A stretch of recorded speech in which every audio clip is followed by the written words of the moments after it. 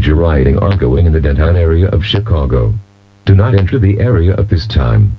The following message is transmitted at the request of the Illinois Emergency Management Agency and the Illinois National Guard. This is a civil danger for the Chicago metropolitan area, including the counties of Will and DuPage. Major rioting has been ongoing since the false broadcast hijacking that multiple residents had received, and this has resulted in them believing what was being told to them, causing riots to break out across the city. The police have been having a difficult time apprehending the situation.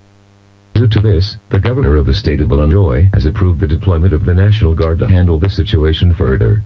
If you are outside of your home or willing to participate in rioting, you are required to return to your home immediately.